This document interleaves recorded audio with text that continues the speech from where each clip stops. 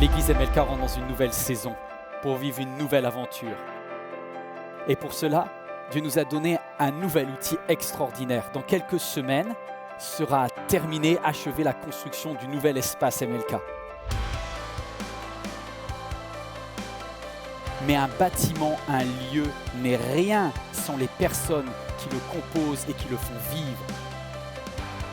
Puis j'ai une question. Et pourquoi pas toi ? Et pourquoi tu ne nous rejoindrais pas pour vivre avec nous ce nouveau défi, cette nouvelle aventure ? Il y a une place pour toi. Veux-tu faire partie de cette vision du aimer, aimer mieux, aimer plus ? Rejoins-nous.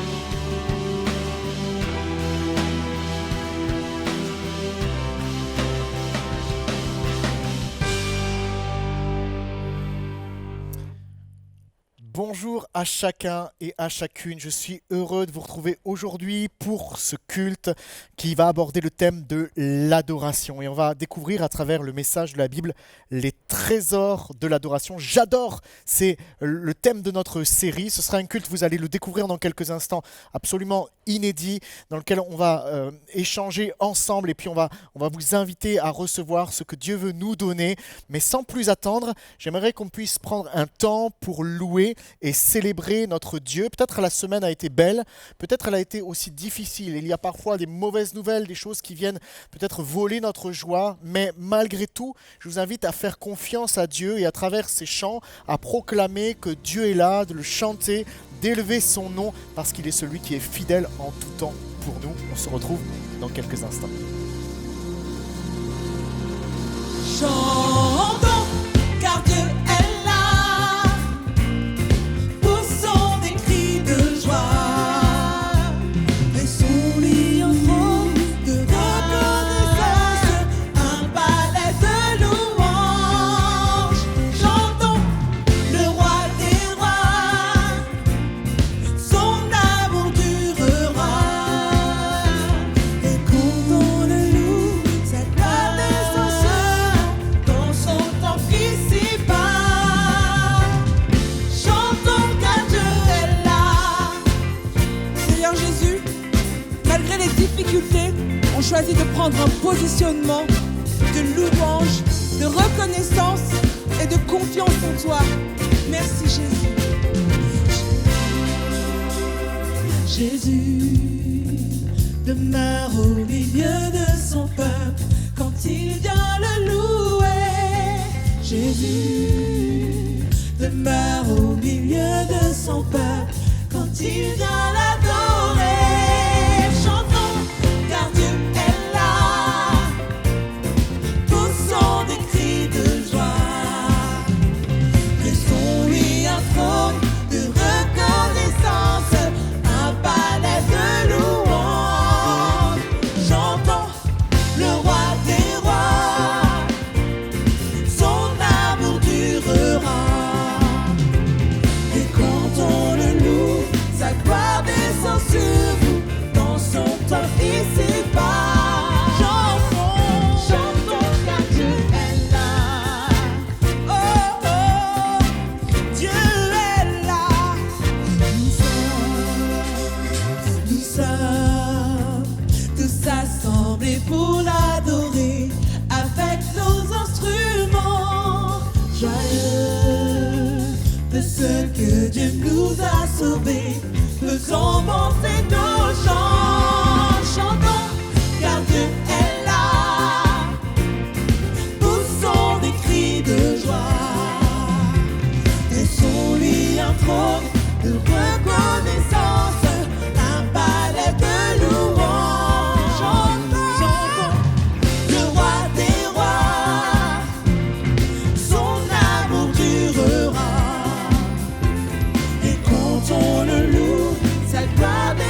sur nous, dans son sang ici-bas.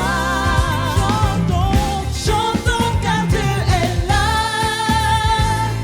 Chantons car Dieu est là. Chantons car Dieu est là.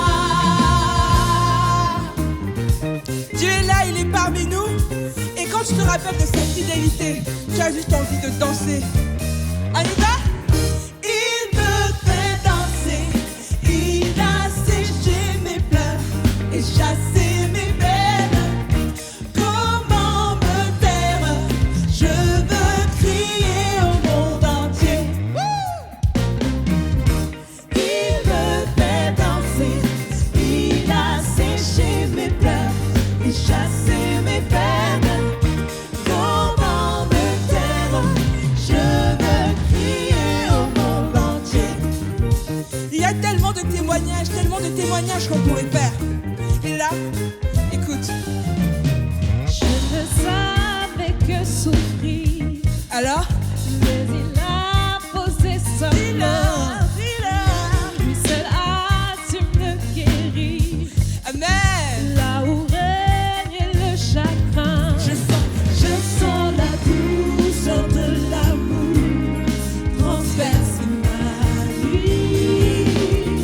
Je vois le soleil se lever. Il éveille en moi la joie de l'aimer. Il me fait danser. Il a séché mes pleurs et chassé mes peines. Comment me taire? Je veux crier au monde entier. Il me fait danser. Il a séché mes pleurs et chassé mes peines. Comment me taire?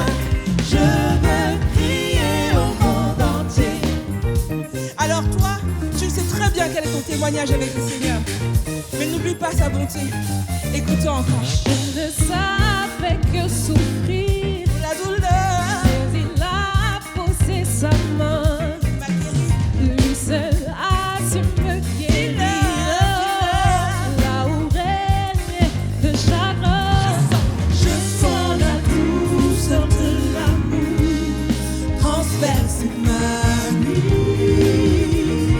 Je vois le soleil se lever. Il éveille en moi la joie de l'aimer. Il me fait danser. Il a séché mes pleurs et chassé mes peines. Comment me taire? Je veux crier au monde entier. Il me fait danser. Il a séché mes pleurs et chassé mes peines. Comment me taire? Je veux crier au monde entier. Tu peux crier au monde entier et témoigner ce que Dieu a fait pour toi, pour t'encourager et pour encourager. Amen. Amen. Gloire à notre Dieu, celui qui est fidèle, qui est avec nous hier, aujourd'hui, éternellement.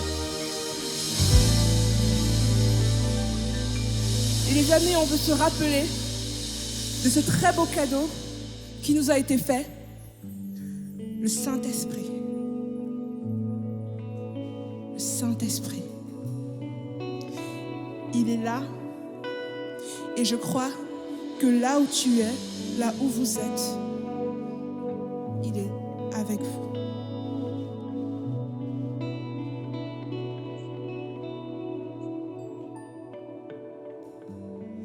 Oui, nous voulons être un peuple embrassé, l'église que ton cœur attend. Viens briser nos chaînes, détruis notre orgueil. Seigneur, fais-le maintenant. Oui, nous voulons être un peuple embrasé, l'église que ton cœur attend. Viens briser nos chaînes, détruis notre orgueil.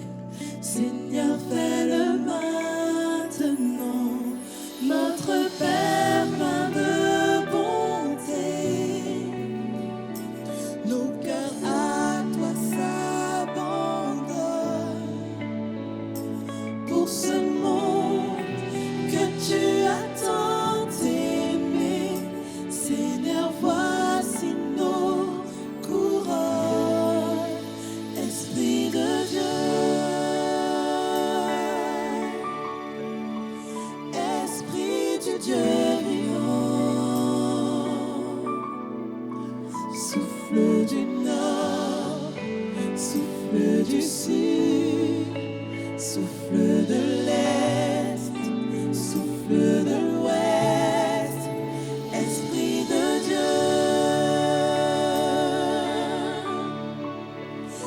Esprit de Dieu vivant, souffle des quatre vents, il descend sur nous.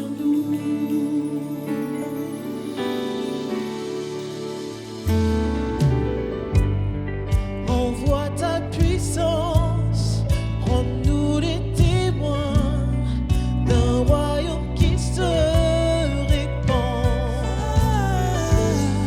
Fais brûler nos cœurs au sein des ténèbres comme un phare dans l'océan. Envoie ta puissance, rends-nous les témoins d'un royaume qui se répand. Fais brûler nos cœurs au sein des ténèbres comme un phare dans l'océan. Notre Père plein de bonté, Dieu de tendresse et de grâce, pour ce monde que tu as tant aimé, fais briller sur nous ta face, Esprit de Dieu, Esprit de Dieu vivant, souffle du nord, souffle du sud, souffle de l'est, souffle de l'ouest, Esprit de Dieu, Esprit de Dieu vivant, souffle des quatre vents, descend sur nous.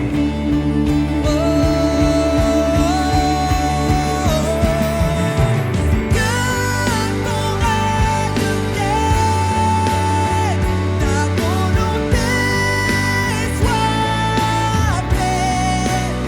sur la terre comme au ciel, sur la terre comme au ciel. Oh, que ton règne vienne, ta volonté soit faite sur la terre comme au ciel, sur la terre comme au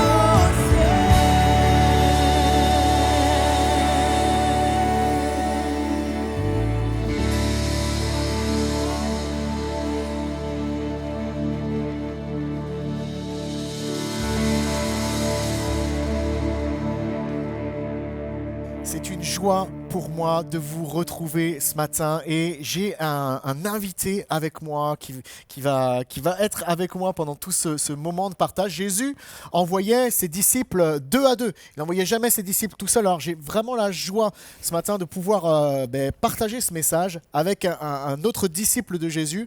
Et tous les deux, on va ensemble venir pour apporter quelque chose que Dieu a mis sur notre cœur sur ce thème de l'adoration. Jean, bienvenue à la maison. Merci beaucoup Seb, c'est vraiment une joie pour moi d'être avec toi et d'être avec vous aussi. J'ai hâte de partager tout ce que Dieu a mis sur notre cœur et sur ton cœur en particulier ce matin par rapport à l'adoration. On est appelé à être des adorateurs et on va rentrer dans notre appel. Ouais. Et t'es invité, mais chacun d'entre vous, là où vous êtes, vous qui nous regardez, vous êtes nos invités. On est ensemble, comme dans la maison, quelque chose de très naturel, mais vous allez le voir, on va vivre ensemble des temps particuliers. Alors, dernièrement, je lisais dans un magazine qui s'appelle Zadig, qui a fait un peu un tableau de la foi en France, l'état de la foi en France, pourquoi les gens croyaient, comment les gens croyaient, quelles étaient les pratiques des gens. Il y a une journaliste qui est venue pendant plusieurs semaines en immersion ici à l'église Martin Luther King à Créteil et qui a écrit un article. Et c'est toujours le mystère de savoir qu'est-ce que vont dire les journalistes parfois dans un article comme ça. Et j'ai été surpris du titre parce que le titre de l'article c'était « J'aime Jésus et les frites ». J'aime Jésus et les frites. Je ne sais pas si tu aimes les frites, Jean. Amen. Amen. C'est vraiment ça. En plus, ça me fait penser parce que, je ne sais pas vous, mais moi, le dimanche midi, c'était mon repas préféré. Parce que comme la prédication a duré longtemps, on mettait le poulet avec le minuteur au four, il rôtissait. Il fallait pas qu'il prêche trop longtemps non plus, parce que sinon après il était cramé. Et quand on rentrait à la maison, tous les dimanches midi, c'était poulet frites. Je sais pas si c'est la même chose chez vous. Peut-être que là, en ce moment, vous avez déjà mis le poulet au four. Les enfants, vous avez le droit de demander, si c'est pas encore choisi, papa, maman, on veut des frites ce midi à manger. Jean vient de vous mettre dans une situation embarrassante, mais c'est vrai, c'est tellement bon. Je me rappelle quand j'étais petit, moi aussi, tu vois. Bon, les frites, franchement, c'est au top. Pourquoi on aime autant ça? Je sais pas, mais moi, je me rappelle avoir dit, waouh, j'adore les frites. Ouais. Et là, dans un enseignement, dans une famille chrétienne, si on disait j'adore quelque chose, on nous disait toujours non, on adore que Dieu. Je ne sais pas si tu l'as déjà vécu, je ne sais pas si vous, chez vous, vous avez déjà entendu ça ou si vous l'avez déjà vécu ou si vous le dites à vos enfants, même pour des frites. Jean, ça t'est arrivé ça? Ah, combien de fois ça m'est arrivé? Tu viens un bon moment, tu sens que tu vas passer un bon moment, tu vois, avec ton plat. Je vois que c'est vraiment précieux pour toi, le poulet frites. Oui, hein. Parler de la nourriture, j'ai pas de problème avec ça. Mais au moment où on dit j'adore les frites, boum! Oh là, j'ai dit quelque chose qu'il fallait pas. Bon, c'est pas tant que c'était une erreur ou un péché énorme, mais par contre, ça m'a aidé à comprendre que on n'était pas appelé à utiliser le mot j'adore un peu n'importe comment. Ça m'a permis, moi, en tout cas, de prendre conscience en tant qu'enfant l'importance de l'adoration. C'est quelque chose de waouh, tu peux pas le dire de manière légère. Il y avait quelque chose de précieux ouais. à travers ce mot adorer. Et c'est vrai que le mot adorer est quelque chose de précieux. Peut-être qu'on ignore parfois dans nos vies parce qu'on dit non, moi j'adore rien véritablement, mais quelque part il y a un sens profond dans l'adoration. Alors notre société, la société dans laquelle on est, ne nous pousse pas forcément à être directement des adorateurs. J'ai envie de dire, la société dans laquelle on vit, elle nous pousse plutôt à être des consommateurs. Mais l'appel de Dieu, c'est que nous soyons des adorateurs. Je ne sais pas si vous êtes heureux d'être considéré comme un consommateur, mais je trouve que le consommateur, ça me laisse dans un état d'insatisfaction et de vide, ou d'un besoin toujours plus grand de posséder sans jamais être vraiment rassasié. Ça, c'est notre monde qui nous façonne ainsi. Et dans nos habitudes, on est de plus en plus consommateurs. On peut même être parfois des consommateurs d'église et de religiosité. Dieu ne nous appelle pas à être des consommateurs, mais Dieu nous appelle à être des adorateurs. Et on va découvrir ensemble combien c'est précieux d'être un adorateur. On va faire en quelque sorte, Jean, si tu veux bien, si vous voulez bien avec nous, pendant quelques instants, un voyage biblique. On va aller chercher dans les racines de l'adoration, de voir ensemble ce que signifie adorer, comment adorer. Et finalement, quand je regarde dans la Bible, cette question de l'adoration, elle existe depuis des siècles. Des hommes, des femmes se sont posés cette question. Derrière cette question, qui adorer? On pourrait dire, mais quelle religion choisir pour adorer? Où devons-nous aller? Que devons-nous faire? Faut-il aller à la synagogue? Faut-il aller à l'église? Faut-il aller à la mosquée? Faut-il aller au temple? On adore. Comment? On adore qui? On adore pourquoi? Eh bien, la bonne nouvelle, c'est que Jésus en parle. Il parle de cette question. Il nous donne des réponses extraordinaires. Et c'est dans l'évangile de Jean. Ça tombe bien, puisque c'est aussi Jean qui va nous lire ce passage. Alors, ce n'est pas toi qui l'as écrit, mais c'est toi qui vas le lire. L'évangile selon Jean, au chapitre 4 et au verset 19. Et découvrons, à travers une rencontre avec Jésus, comment l'adoration peut changer une vie tout entière. Alors en fait, c'est le texte, peut-être vous connaissez déjà, où Jésus va rencontrer la Samaritaine, une femme étrangère, et la Bible nous dit ceci, la femme a dit « Seigneur, je vois que tu es un prophète ». Elle dit ça à Jésus. Nos ancêtres ont adoré sur cette montagne, mais vous, les Juifs, vous dites que l'endroit où il faut adorer, c'est à Jérusalem. Femme, lui dit Jésus, crois-moi, l'heure vient où ce sera ni sur cette montagne, ni à Jérusalem que vous adorerez le Père. Mais l'heure vient, et elle est déjà là, où les vrais adorateurs adoreront le Père en esprit et en vérité. En effet, ce sont là les adorateurs que recherche le Père. Dieu est esprit, et il faut que ceux qui l'adorent en esprit et en vérité. Amen. Elle est Merci pour ce magnifique, cette texte, Jean, que tu viens de nous lire. La première chose que je veux souligner avec vous ce matin, c'est que nous sommes tous des adorateurs. Alors, dans le terme biblique, adorer en hébreu, ça veut dire, c'est un verbe qui veut dire s'incliner, se prosterner, se jeter la face contre terre. Donc il y a une idée d'action, il y a un acte, il y a notre corps entier, notre être entier qui est impliqué dans l'adoration, se jeter à terre, se prosterner. Et puis il y a également dans cette racine hébreu la marque d'un respect devant une personne qu'on reconnaît comme supérieure. Et en français, c'est le terme orare qui veut dire adorer, c'est adresser une prière avec respect, reconnaître qu'il y a quelqu'un de plus grand qui peut répondre à cette prière. Et quelque part, j'ai envie de dire, et c'est important qu'on le souligne ensemble dès le début ce matin, selon la Bible et dans le terme, la racine même du mot, adorer Dieu, c'est d'une part une attitude de corps, c'est un geste, c'est un acte, c'est une attitude de corps, mais c'est aussi, et on va le voir ensemble, surtout une attitude de cœur, une attitude de corps et une attitude de cœur. C'est un peu comme quelque part se prosterner, que ce soit de manière physique ou de manière spirituelle. C'est s'incliner devant quelqu'un ou quelque chose. Exactement. Ok. Nous sommes tous des adorateurs. Ça, c'est la première chose qu'il faut souligner ensemble. Nous sommes tous des adorateurs. C'est Rick Warren qui dit ceci: les anthropologues ont remarqué que les peuples de toutes les cultures adorent instinctivement quelque chose. C'est un besoin universel, profondément inscrit dans la plus infime fibre de notre être. Un besoin latent en nous de se connecter à Dieu. Adorer est tout aussi naturel que manger. Ça tombe bien, on est dans la cuisine. Et tu sais, j'ai une surprise pour toi. Vas-y. Déjà, je l'amène la surprise parce que, Jean, j'ai des frites pour toi, mais j'ai vu que tu aimais beaucoup, tu vas attendre un petit peu avant. Mais ça va être dur, ça va être dur. Je note ceci. Adorer est tout aussi naturel que manger ou respirer. Si nous manquons d'adorer Dieu, nous trouvons toujours un substitut qui peut finir même par être nous-mêmes. Donc en fait, c'est un besoin élémentaire, adorer. On ne peut pas s'empêcher d'adorer.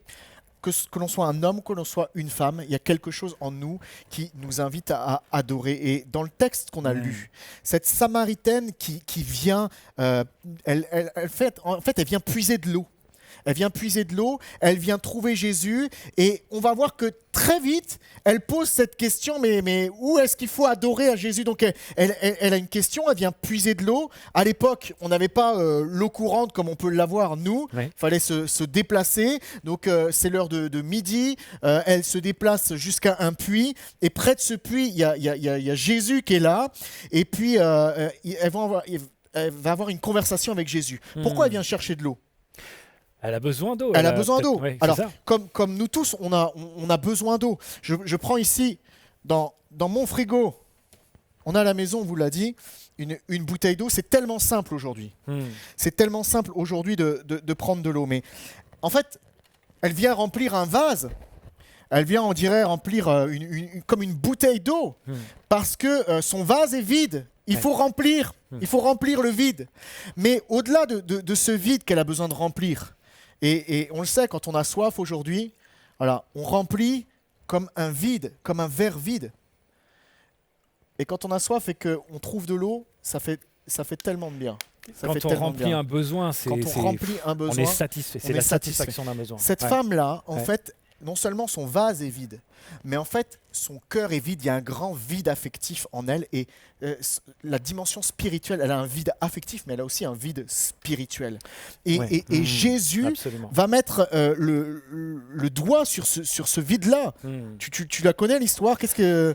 Bah oui, en fait, c'est étonnant, c'est qu'elle va remplir un récipient parce qu'elle a besoin d'eau, mais en réalité, c'est un peu une image de sa vie à elle. Elle a un vide spirituel, elle recherche comment adorer Dieu. Et jusqu'à présent, finalement, l'histoire nous apprend qu'elle a eu 5 maris, que celui avec qui elle est jusqu'à présent, c'est pas son mari. Donc en fait, le vide spirituel qu'elle avait, elle a essayé de le remplir de manière affective. Et Jésus va mettre le doigt là-dessus dans toute cette histoire. C'est comme si, comme on est tous des adorateurs, si jamais on n'a pas l'authentique qui est prévu pour nous remplir, on va essayer de combler ce vide avec des substituts. C'est Blaise Pascal Ouais. qui disait ceci: il y a dans le cœur de l'homme un vide en forme de Dieu. Il y a dans notre cœur et dans notre vie un vide qui est en forme de Dieu. Et je vois bien autour de moi, autour de nous, que quand ce vide-là n'est pas comblé avec la bonne chose, eh bien, on essaye de combler le vide en adorant toutes sortes de choses, en donnant de la place à toutes sortes de choses qui sont des choses parfois conscientes ou non. Je suis sûr que tu as des exemples, Jean, que tu vois aussi dans ton quotidien. Moi, j'en ai aussi, mais par quoi peut-on combler le vide? Par quoi tu vois que notre société comble le vide aujourd'hui? Comme pour cette femme, ça peut très bien être son conjoint, son mari, sa femme. Ça peut être, je pense, dans certains cas, ses enfants. En fait, c'est comme si on les place comme au plus haut de notre vie, ou les parents, ou peu importe. Mais ça peut être aussi une passion, une activité. Ça peut être son travail, ça peut Un être sport? je fais tout. Ça peut être un sport, un loisir. Ça peut être, ça peut être tellement de choses en fait. Même une religion finalement. Mais oui, on peut mettre plus en avant une religion, plus adorer une religion que Dieu lui-même.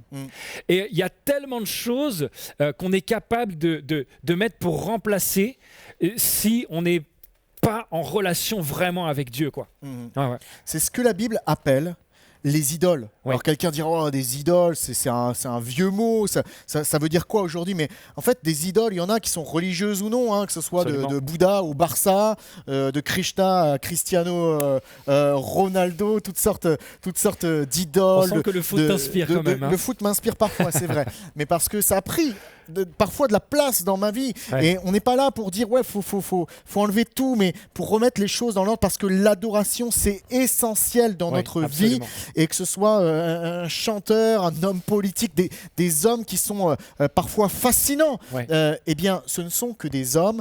Et on va voir ensemble que toutes ces idoles, en fait, l'idolâtrie, c'est une adoration détournée. C'est quelque chose, se tromper, c'est ce qui prend la première place dans notre vie, comme tu l'as dit. Ouais. Et la Bible, elle est assez stricte. Elle dit, dehors les idolâtres. Wow. Dans l'éternité, dans le ciel, il n'y a pas d'idolâtrie.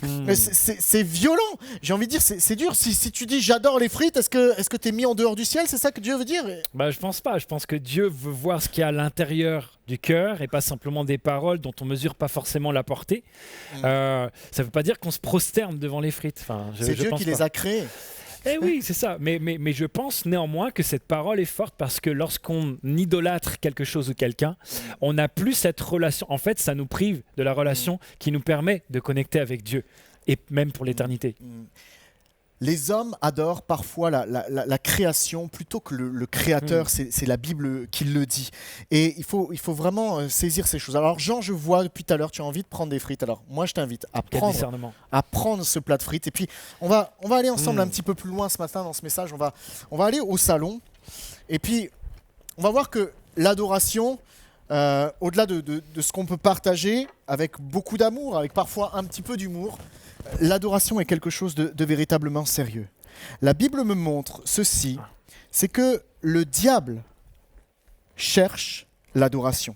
Le diable cherche notre adoration. Et le diable va venir un jour et va proposer à Jésus Jésus, quelque part, à ce moment-là, il a jeûné et prié et il a faim. Et le diable va proposer toutes sortes de choses à Jésus. Et à un moment, il va dire à Jésus, écoute, Jésus, si tu te prosternes devant moi, tu vois tous les royaumes qui sont sous tes yeux, avec le pouvoir, tous les royaumes de la terre, moi je te les donne. Mais si tu te prosternes et que tu m'adores, le diable cherche notre adoration. Le diable cherche à détourner notre adoration. Et Jésus va dire ceci, retire-toi de moi, Satan, car il est écrit. Et cette parole, mes amis, elle doit être mise à l'honneur dans nos familles, dans nos foyers. Il est écrit, tu adoreras le Seigneur ton Dieu, et à lui seul tu rendras un culte. Wow. Cette parole-là, Wow. c'est la réponse de Jésus. Tu adoreras le Seigneur ton Dieu et à lui seul tu rendras un culte. Donc il va repousser Satan, va s'éloigner de lui à ce moment-là parce qu'il prend une décision. C'est incroyable en fait ce texte-là parce qu'on se rend compte que je veux dire, le diable, il a pas honte en fait. Il va aller essayer de détourner Jésus. Mais pourquoi ? Nous avons été créés avec ce besoin d'adorer. Et le diable ne va pas lutter contre ce que Dieu a créé. Il ne va pas essayer d'éteindre cette capacité à adorer Dieu. Il va dire, ok, tu adores, mais moi je vais t'orienter différemment. Au lieu d'adorer Dieu, tu vas adorer quelqu'un d'autre. Tu vas adorer quelque chose d'autre. C'est vraiment quelqu'un qui détourne tout ce que Dieu a créé de bon et de parfait pour l'être humain et qui va essayer de le tordre pour, au lieu que ça nous élève, ça nous traîne par terre, ça nous fasse perdre notre dignité et qu'en fait on soit dans une quête éperdue d'un truc authentique, mais qu'on se perde là-dedans. Alors qu'à la base, c'était ce que Dieu avait créé qui était bon. L'adoration, c'est bon pour nous Ouais. et c'est bon pour Dieu. Quand elle est bien orientée, quand tu dis ça, j'ai vraiment l'impression que le diable, alors ça se dit pas, mais c'est un détourneur en fait, Ouais, un complètement. détourneur d'adoration. Il tord tout. Il vole notre temps, il vole notre énergie, il vole nos moyens. On est assis ici dans un salon. Parfois, dans le salon, il y a tellement de choses qui peuvent prendre notre temps. Je pense aux écrans. Aujourd'hui, on a accès au monde. Le diable a dit, mais c'est comme s'il montrait tous les écrans de télévision du monde à Jésus. Regarde, tu peux avoir tous ces royaumes. Aujourd'hui, on a un accès tellement facile à toutes sortes de choses. En un clic, tu commandes et dans quelques instants, tu peux recevoir. Et tout ça, ça fait partie de notre vie. Mais on peut devenir quelque part des adorateurs qui se détournent du vrai sens et de la vraie personne de laquelle nous devons nous approcher et adorer. On perd parfois beaucoup de temps, beaucoup d'énergie. On se prosterne devant des choses qui sont néfastes pour nos cœurs et pour nos vies, alors que nous sommes appelés à adorer Dieu. Et quand je dis adorer Dieu, c'est adorer Dieu le Père. C'est adorer Jésus le Fils, c'est adorer en esprit. Quand je regarde dans la Bible, on est au mois de décembre et en ce mois de décembre, on va célébrer Noël. Oui. Noël, c'est la venue de Jésus, le Fils de Dieu qui vient sur la terre. Et une des premières choses que la Bible nous relate concernant la venue de Jésus sur la terre, c'est que des mages, des rois, c'était des astronomes, des gens qui observaient les étoiles, pas des astrologues, mais des astronomes, des gens qui observaient le ciel. Ils ont vu un signe dans le ciel et de ce signe, ils ont dit, ben voilà, c'est l'accomplissement d'une prophétie, un roi est né. Et ils ont fait un voyage, ils ont pris du temps, ils ont dépensé de l'énergie, ils ont dépensé de l'argent et ils sont venus et la Bible nous dit que ces rois-là se sont prosternés devant un enfant. C'est Ils se sont incroyable. prosternés devant un enfant, ils ont reconnu que c'était le créateur de l'univers, que c'était le Fils de Dieu. Ils ont apporté des trésors, de l'or, on dit adorer. Il y a l'idée de l'or, de quelque chose de précieux, de la myrrhe, de l'encens. Ils ont apporté leurs trésors, ils ont ouvert leurs coffrets devant Jésus, ils ont ouvert les boîtes pour les offrir à Jésus et ils se sont prosternés. On retrouve ils se sont mis à genoux. Ils se sont mis à genoux. Et dans la Bible, plusieurs fois, on voit des hommes et des femmes qui vont se prosterner devant Jésus. Les disciples vont se prosterner devant Jésus quand Jésus calme la tempête en disant Seigneur, non seulement ils se prosternent comme ça, tu vois, ils se mettent à genoux et disent Seigneur, tu es vraiment le Fils de Dieu, tu es vraiment le Fils de Dieu. Un homme qui a été guéri un jour, Jésus va guérir 10 personnes qui sont malades. Il n'y en a qu'une qui va prendre du temps, qui va revenir, qui va aller chercher Jésus, qui va se prosterner, qui va se mettre devant lui, qui va dire Seigneur, vraiment, je reconnais que ça me vient de toi, cette guérison. Et puis des femmes, quand Jésus va sortir du tombeau, les femmes à la résurrection, elles vont se jeter aux pieds de Jésus, elles vont se prosterner devant lui. La liste, elle est longue. Même les anges, la Bible dit, se prosternent devant Jésus. Et ça, c'est une preuve que Jésus est Dieu. Quand on se prosterne devant lui, on retrouve ce schéma, une attitude de corps et une attitude de cœur. Je me prosterne devant toi, Seigneur. C'est vraiment ce que la Bible nous enseigne. Ah, ce texte, il est incroyable parce que finalement, je me dis, il y a même le texte dans la Bible qui dit ceci, qu'un jour, tout genou fléchira devant lui et toute langue reconnaîtra qu'il est Dieu. Je veux dire, pendant l'éternité, on n'aura de choix que d'être devant Dieu et de constater, et ça ne sera même pas contestable, il n'y aura pas de doute possible. Et je me dis, si sur cette terre déjà que des gens, je veux dire comme les mages, est-ce qu'aujourd'hui un homme d'État viendra avec tout son cortège de chefs d'entreprise, le gouvernement, de ministres, etc., juste pour reconnaître la grandeur et la gloire d'un enfant qui n'a rien fait. Je dis, waouh, c'est fou. Et ça me fait penser que la gloire Ils ne sont pas allés leur donner à cet enfant un peu de gloire qu'ils avaient. Ils ont reconnu que la gloire était à lui et lui ont rendu. Je crois que la gloire appartient à Dieu. Et ce texte-là est vraiment marquant pour ça. Adorer Dieu. Savoir qui adorer, savoir devant qui on se prosterne. On ne se prosterne pas devant n'importe quoi, on ne se prosterne pas devant n'importe qui. On ne peut pas, même pas adorer les anges. Pourtant, ce sont des êtres célestes, les anges.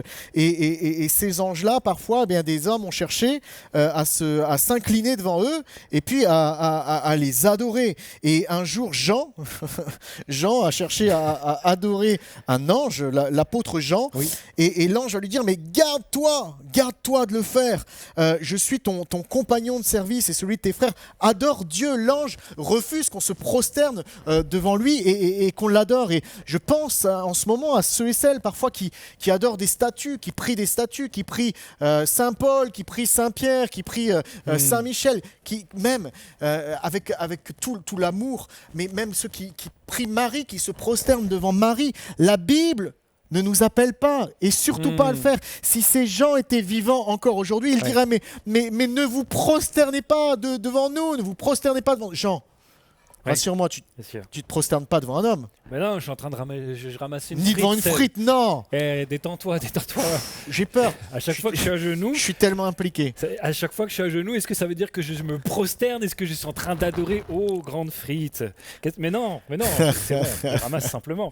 Quand on se prosterne devant quelque chose, là tu ramassais, ça va, mais Oui, un jour, il y a un homme qui va devenir devant l'apôtre Pierre, il va se prosterner devant l'apôtre Pierre. Et Pierre va lui dire, non, relève-toi, adore Dieu. Nous ne sommes pas appelés à nous prosterner devant des statues, devant quel que soit, parce que si ces gens étaient là, je vous promets, comme Pierre a dit, ne te prosterne pas devant moi, que ce soit Marie, cette femme qui a reçu la grâce de Dieu, ou que ce soit toutes les personnes qu'on a qualifiées de personnes saintes ensuite, et que l'on prie parfois, on a toutes sortes de médaillons, de colliers, d'images, on se prosterne devant ces choses, même si ça appartient à une forme de chrétienté, c'est une adoration détournée, parce que nous ne sommes appelés à adorer uniquement le Seigneur notre Dieu seul. Waouh. Mais alors justement, comment aujourd'hui on peut adorer Dieu? Parce que on voit un petit peu toute l'histoire et l'origine, mais comment moi je peux faire? Comment ceux qui sont à la maison maintenant, nos frères et nos sœurs sont en train de regarder,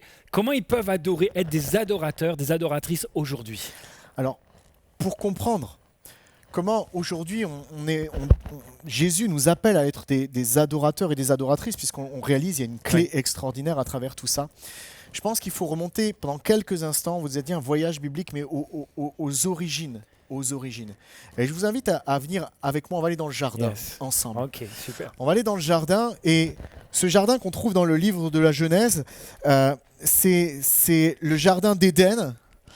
Et dans ce jardin, en fait, et dans ce voyage, on va découvrir comment l'histoire de l'adoration va se construire. Quand je regarde l'origine de l'adoration, je vois Adam et Ève, avant la désobéissance. Leur vie, en fait, est comme une adoration naturelle. Il n'y a pas de rituel, il n'y a pas de choses qui sont codées. En fait, ils adorent comme ils respirent. Ils sont là et ils vivent dans la présence de Dieu. Et tout ce qu'ils font réjouit le cœur de Dieu. Et tout ce qui réjouit le cœur de Dieu leur donne en retour une sorte de satisfaction. Il y a une communion, une respiration dans une adoration qui est naturelle. En fait, à la base, si je comprends bien, l'adoration, c'est un style de vie. C'est pas un moment, c'est pas quand je vais le dimanche à l'église ou que je suis en train juste de prier ou de chanter. C'est un style de vie, en fait, à la base. C'est vraiment ça. L'adoration, c'est un style de vie, c'est une attitude qui n'est pas seulement figée. C'est comme ça que tout a commencé. Mais il y a eu ce moment de la désobéissance où, quelque part, l'homme a répondu à l'appel du serpent, du diable qui est là, et l'homme va croire quelque part qu'il est capable d'être plus intelligent, plus fort que Dieu lui-même. Et l'homme et la femme vont faire preuve d'orgueil. Ils vont perdre cette humilité. On disait, certes c'est un geste, mais c'est surtout une attitude de cœur. Ils vont perdre cette humilité. Ils vont se dire, on peut y arriver par nous-mêmes. Ils vont désobéir et ça va déclencher un cataclysme pour l'humanité. Pour la suite, il y a comme un mur qui va se dresser entre Dieu et l'homme. Et il y a plus de cette adoration devient comme difficile. Cette communion devient comme impossible. Et pour que l'adoration soit de nouveau possible, il va y avoir quelque chose qui est instauré qui s'appelle un sacrifice. Ah, Il va ok. falloir qu'un sacrifice soit donné, un sacrifice animal, il va falloir que le sang coule, il va falloir que quelqu'un paye le prix de sa vie pour pouvoir avoir accès tout à nouveau à cette vie d'adoration. Pour réaliser quelque part que la désobéissance met une séparation entre nous et Dieu, il faut que quelqu'un paye. Ça peut pas être une personne, sinon il n'y aurait plus personne sur la terre. Mais du coup, ça devait coûter à ceux qui voulaient adorer Dieu le prix d'un animal qui allait payer quelque part pour eux. Et Ouais. c'était ça qui offrait cet accès, cette bonne odeur du sacrifice qui apaisait Dieu. Et c'était tout ça symbolique pour que les gens comprennent ce qu'ils avaient besoin pour pouvoir adorer. Exactement. Et très vite, on va voir dans la Bible la mise en place de sacrifices, d'offrandes, de gestes comme pour gagner la faveur de Dieu. Il y a Caïn et Abel qui vont apporter leur offrande et la Bible dit que Dieu va apporter un regard favorable sur l'offrande et Abel et pas sur Caïn. Pourquoi? Abel, lui, il offre un animal et Caïn, il va offrir du fruit de la terre. Je sais pas quel, tu vois, des fruits ou des légumes, des légumes qu'il avait cultivés. Ça peut même être des pommes de terre. Alors je me dis, mais Dieu, il préfère le poulet plutôt que les frites, c'est ça que ça veut dire? Dieu, il préfère ça? Qu'est-ce qui se passe à ce moment-là? Est-ce que Dieu, il est carnivore? Est-ce que Dieu, il est Est-ce que Dieu est vegan? vegan? C'est une vraie question. Réponds-moi à cette question, J'en j'en sais suis rien du capable. tout. Non, je pense Moi, pas. je pense que ce qu'il que aime Dieu a le créé, poulet et c'est les bon. frites comme toi. Je pense que tout ce qu'il a créé aussi est bon. Ah Et ouais. j'en suis persuadé. Mais la Bible dit ceci. En fait, ce que Dieu a regardé à ce Mm. moment-là, c'est pas tant l'offrande dans l'acte, en ayant une préférence pour des choses, sinon celui qui aurait beaucoup de trésors pourrait être aimé de Dieu, et celui qui n'en a pas ne serait pas aimé. Et ça, c'est un travers que toutes les religions peuvent prendre, Ouais. c'est-à-dire une religion qui travaille par rapport au mérite, une religion qui donne accès à Dieu par rapport au mérite, et Dieu n'est pas un Dieu de mérite, mais un Dieu de grâce. La Bible dit ceci: l'Éternel porta un regard favorable sur Abel et sur son offrande. C'est pas écrit Dieu porta un regard favorable sur son offrande, sur l'offrande d'Abel, et puis après. Non, Dieu regarde d'abord la personne. Dieu Ouais. regarde d'abord au cœur. Et la Bible continue avec Noé qui a apporté des sacrifices, Abraham aussi. Ouais. Abraham, C'est à un vrai. moment, Dieu lui demande même d'apporter en sacrifice son fils, son fils qu'il aime. Quelqu'un va dire, mais Dieu est-il aussi cruel? Et Abraham aime tellement Dieu qu'il dit, je vais le faire. Et il part. Et c'est la première fois que dans la Bible, il y a une notion, il y a le mot, laissez-moi, je vais sur la montagne adorer. Il part tout seul avec son fils, il va le donner en sacrifice. Mais Dieu ne voulait pas qu'il sacrifie son fils. Notre Non, Dieu est non, un Dieu d'amour. Dieu va dire, j'ai vu juste Abraham, ton cœur et ton obéissance, ton cœur d'adorateur. Et en fait, le fils va être sauvé. Et Dieu va pourvoir et Dieu va donner même ce qu'il faut apporter sur cette offrande.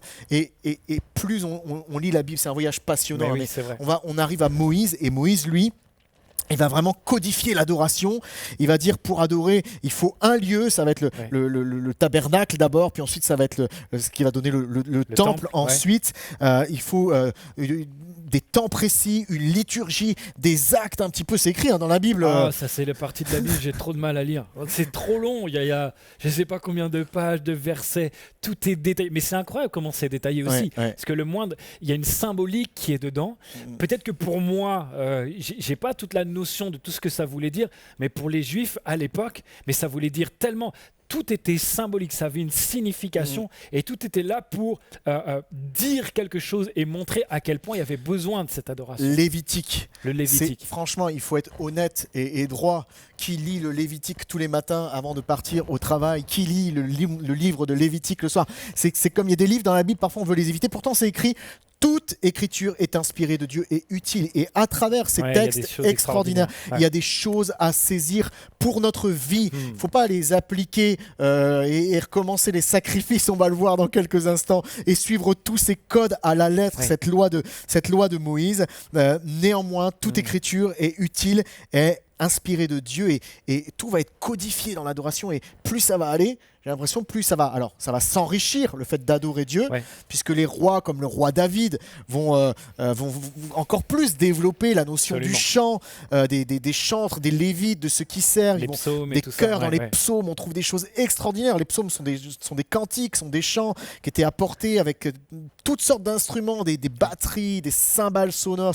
C'est extraordinaire, c'est beau, c'est précieux. Salomon, le roi Ézéchias vont enrichir l'adoration et les formes de l'adoration, Oui. mais en même temps que ça s'enrichit, ça devient de plus en plus complexe. Oui. Et derrière tout ça, Dieu vient à travers la bouche de prophètes, vient dans plusieurs textes de la Bible dire, mais vous faites des rituels, Oui.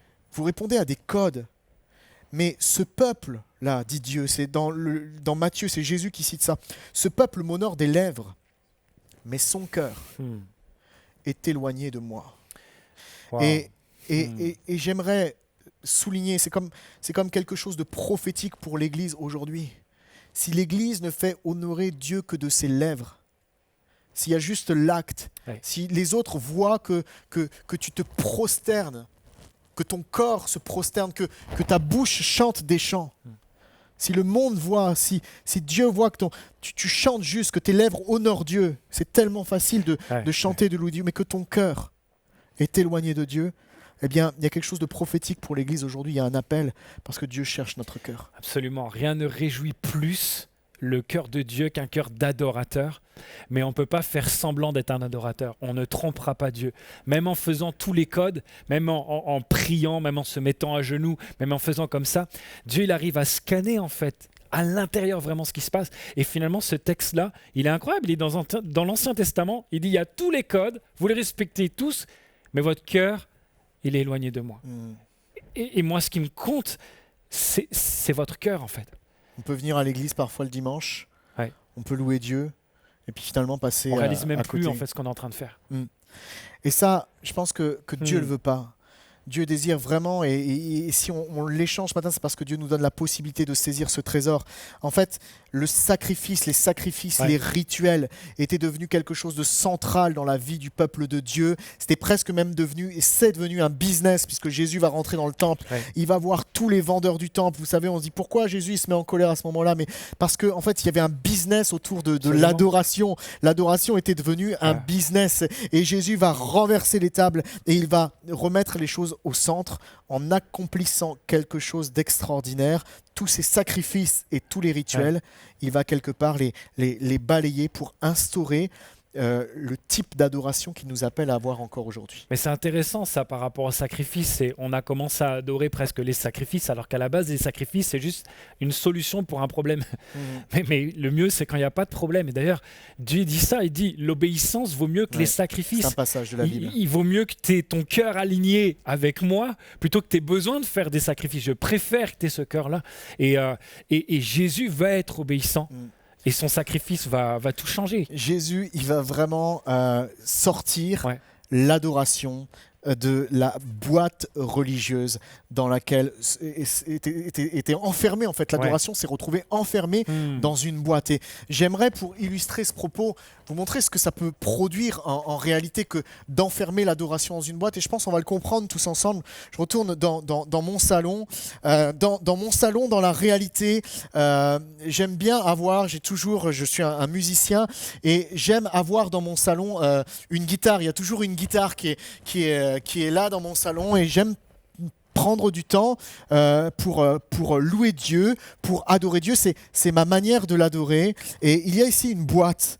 Et en fait, j'ai envie de vous dire, au fur et à mesure de l'histoire des hommes, l'adoration et les adorateurs ont comme été mis en boîte.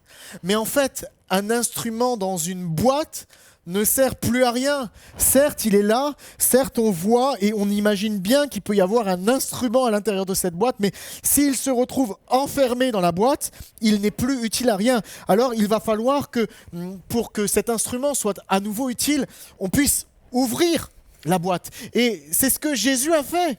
Il a ouvert la boîte dans laquelle on avait enfermé l'adoration et les adorateurs, et il va accomplir par son sacrifice à la croix quelque chose d'extraordinaire. Il va donner la possibilité, c'est comme la pierre du tombeau qui est roulée, il va donner la possibilité d'ouvrir la boîte pour que tout à nouveau, eh bien, l'adoration puisse reprendre tout son sens. Là encore, si ça reste ici, dans la boîte, c'est peut-être bien, c'est peut-être joli, mais là encore, ça ne sert à rien. Pour que l'instrument puisse produire quelque chose, il faut qu'il soit entre les mains de la bonne personne. Je n'irai pas peut-être jouer du piano, moi, mais j'aime jouer de mon instrument, j'aime jouer de la guitare. Il faut que cet instrument il soit mis entre les mains de la bonne personne. Et si tu adores une personne qui n'est pas la personne de Dieu, en fait, ça va sonner faux dans ta vie. Ça va sonner vide ou ça va être juste une apparence. Mets ta vie et dispose ta vie entre les mains de Dieu.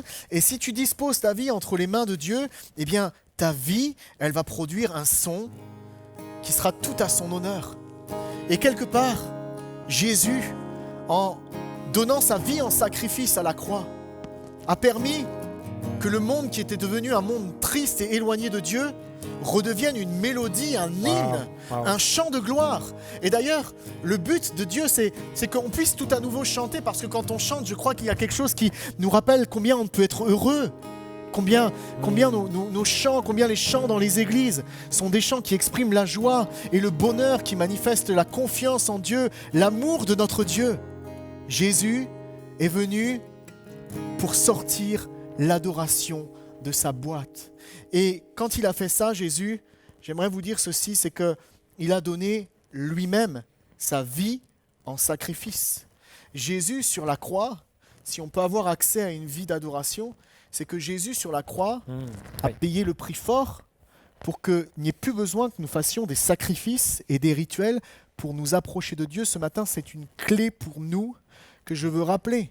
À la croix, la Bible dit que sans effusion de sang, il n'y a pas de pardon. Sans effusion de sang, il n'y a pas de pardon. Le sang de Jésus a coulé sur la croix pour qu'on puisse être pardonné de nos fautes et de nos péchés.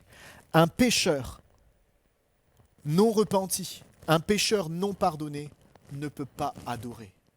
L'adoration est réservée à ceux qui vivent et qui ont expérimenté le pardon de Jésus-Christ.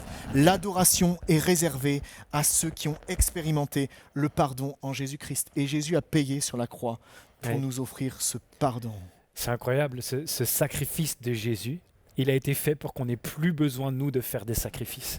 C'est pour ça que ça nous sort de la boîte de toutes les choses. Est-ce que je dois aller à Jérusalem ? Est-ce que je dois aller dans tel endroit ? Est-ce que je dois faire quelque chose ? Nous avons un accès libre, un accès direct à l'adoration, au trône de Dieu. Et on pourrait chanter ce chant, ton sang parle beaucoup plus. Il y a une espèce de tout est accompli à travers la croix. Et c'est ça qui nous donne l'accès à Dieu. C'est un bon moment aussi, je pense, pour que dans nos maisons, pendant quelques instants, on puisse, si vous le pouvez, vous allez chercher du jus de raisin, du vin, prenez le pain et partagez-le ensemble pour se rappeler. Jésus n'a pas donné beaucoup de rituels, mais il dit, quand vous prendrez ceci, ce vin, quand vous prendrez ce pain, eh bien, faites ceci en mémoire de moi, parce que Jésus nous rappelle que le pardon doit avoir une place centrale dans nos vies. Son pardon doit avoir une place centrale dans nos vies, même si tu marches avec Dieu depuis des années, peut-être depuis quelques temps, tu sens que des choses ont sali ton cœur, ont sali ta vie, et tu ne vis plus le bénéfice extraordinaire d'une vie d'adoration. Alors pendant qu'on chante ces paroles, ce chant ce matin qui s'affiche sur les écrans, pendant qu'on partage ensemble ce repas de la scène pour nous rappeler de ce que Jésus a fait, eh bien reçois tout à nouveau le pardon qui déclenche des bénédictions du ciel dans ton cœur et dans ta vie.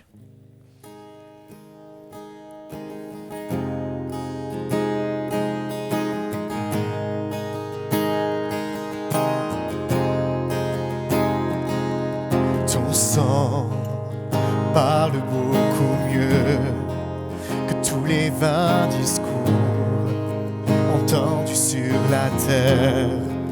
Il parle pour ma défense, proclame la justice. Jésus, c'est ton sang.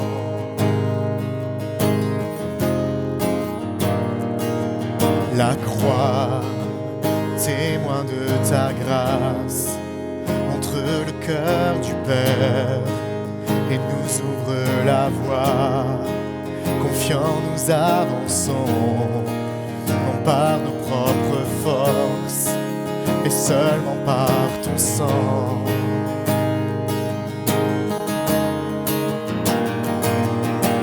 Comment être pardonné? Comment recevoir la vie? Seulement par le sang, seulement par le sang de Jésus.